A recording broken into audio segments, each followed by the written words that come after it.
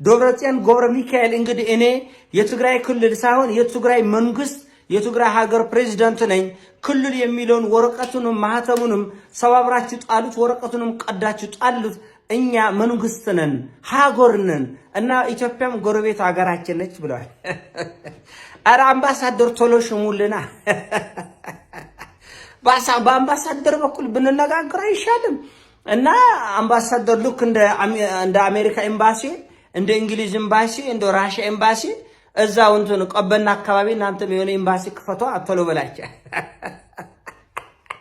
በነገራችን ላይ እኔ ከዚህ በፊትም ተናግራለሁ አሁንም በተደጋጋሚ ምነግረው ኢትዮጵያስ ትግራይ ብቻ አይደለም አማራ ክልልም ይሁን ኦሮሚያም ይሁን ሶማሌም ይሁን አፋርም ይሁን ቤንሻንጉልም ይሁን ጋምቤላም ይሁን ኢትዮጵያ ውስጥ ከዚህ በኋላ ሀገር ሆኖ ለመኖር የሚያስብ የትኛውም ክልል ካለ በህይወት ያለውን ብቻ አይደለም ገና የሚወለደው ልጆች ለመቅበር ተዘጋጅተው ጀምረው ውጊያው ቀል አይደለም እናንተ የልጆች ቃቃኛ ልጆችን እንትን በጭቃ ቤት እንሰራ ነበርና ባልና ሚስት እንደገና ዕቃ የቤት ዕቃ ምናምን እናሟላ ነበር በጭቃ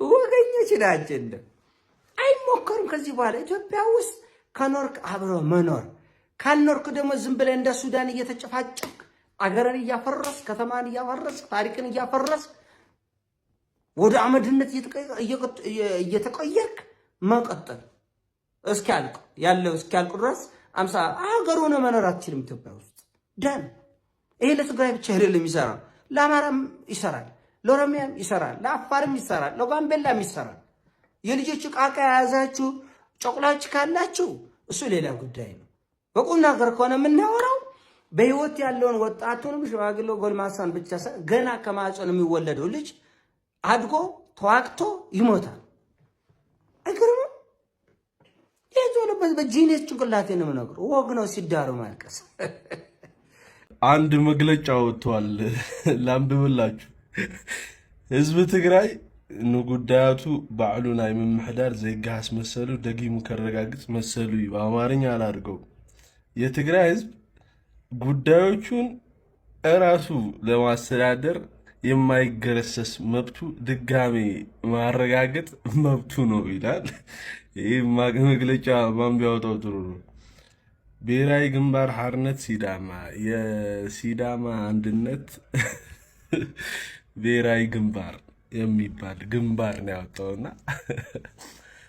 እኔ የነ ደብረጽዮን ድራማ የምር የሆነ እንደ 12 ዓመት ህፃን ልጅ እንደሚያስቡ ማሳያ ነው ያስባለ ከጦርነቱ በፊት ታስታውሱ እንደሆነ ፌደራሊስት ኃይሎች ምናምን ብለው ሐውልት ሰማዕታት አዳራሽ ይሰበስቡ ነበር እና ሰዎቹ ምንም አይነት ፎሎወር የላቸውም ራሳቸው የሆነ ድርጅት አመራር ነኝ ብሎ የሰየሙ ሰዎች ናቸው ተለያየ ብሔረሰቦች ቋንቋ ይችላሉ ያወራሉ የፌደራሊስት ኃይሎች እንደዚህ አሉ እንደዚህ ታሉ ተብሎ ይነገር ነበር አሁን የሲዳማ ነፃነት ብሔራዊ ነፃነት ግንባር የት ነበራችሁ ደብረጽዮን በግድ ፕሬዝዳንት እስኪሆን ጠብቃችሁ ነው እንዴ መግለጫ የምታወጡት እነማን ናችሁ ስንት ናችሁ የት ነበራችሁ ያውላ ጊዜ የት ነበራችሁ ጦርነቱ ሲካሄድ ፕሪቶሪያ ሲፈረም ከዛ በኋላ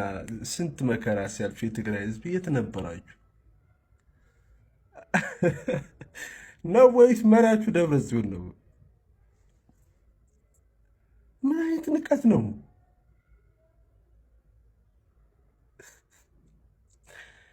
ሰላም ለትግራይ በዚህ ሰዓት በተሰማ ሰበር መረጃ ትግራይ እንደ ኤርትራ ልትገነጠልና ራሷን ችላ ሀገር ልትሆን ነው ተባለ። ታላቋን ትግራይ የመመስረትና ከኢትዮጵያ የመገንጠል ቀቢጸ ተስፋ ተጠናክሮ ቀጥሏል የተባለው የፕሪቶሪያ ስምምነትን ገንድሶ አዝጋሚ መፈንቅለ መንግስትን በትግራይ ያነበረው የህወሓት ኃይል የራሱን አስተዳደር በፍጥነት እየዘረጋ ይገኛል። በአንጻሩ የጊዜያዊ አስተዳደሩ መዋቅር ደግሞ እንደ ሸረሪት ድር በጣጥሶ ጨርሶታል። ለአብነትም የትግራይ ቴሌቪዥን ተቆጣጥሯል። ህዝቡ ትግራይን እንደ ሀገር የክልሉን ምክር ቤት እንደ ፓርላማ ደብረጽዮንን ደግሞ እንደ ሀገር መሪ እንዲቆጥር በሚዲያዎችና በመንግስታዊ መዋቅሮች እየተሰራ ነው። ደብረጽዮን የትግራይ ክልላዊ መንግስት ፕሬዝዳንት ሳይሆን የትግራይ ፕሬዝዳንት ብላችሁ ጥሩኝ ማለታቸው ተሰምቷል። እንግዲህ ልብ በሉ፣ የትግራይ ክልላዊ መንግስት ማለትና የትግራይ መንግስት ማለት በእጅጉ ይለያያል። ይኸው ቡድን በተጨማሪም የትግራይ ክልል ከማለት ይልቅ የትግራይ መንግስት በማለት ትግራይ ራሷን ችላ አገር እንደሆነች አድርጎ የትግራይን መገንጠል ለማብሰር እየዳደው ይገኛል። ፕሬዚደንት መንግስት ትግራይ ዶክተር ደብረጽዮን ገብረ ሚካኤል ሰበር ከባድ የተባለው ውሳኔ በቲክቶከር መንሱር ላይ ዛሬ ፍርድ ቤትን ወስነዋል።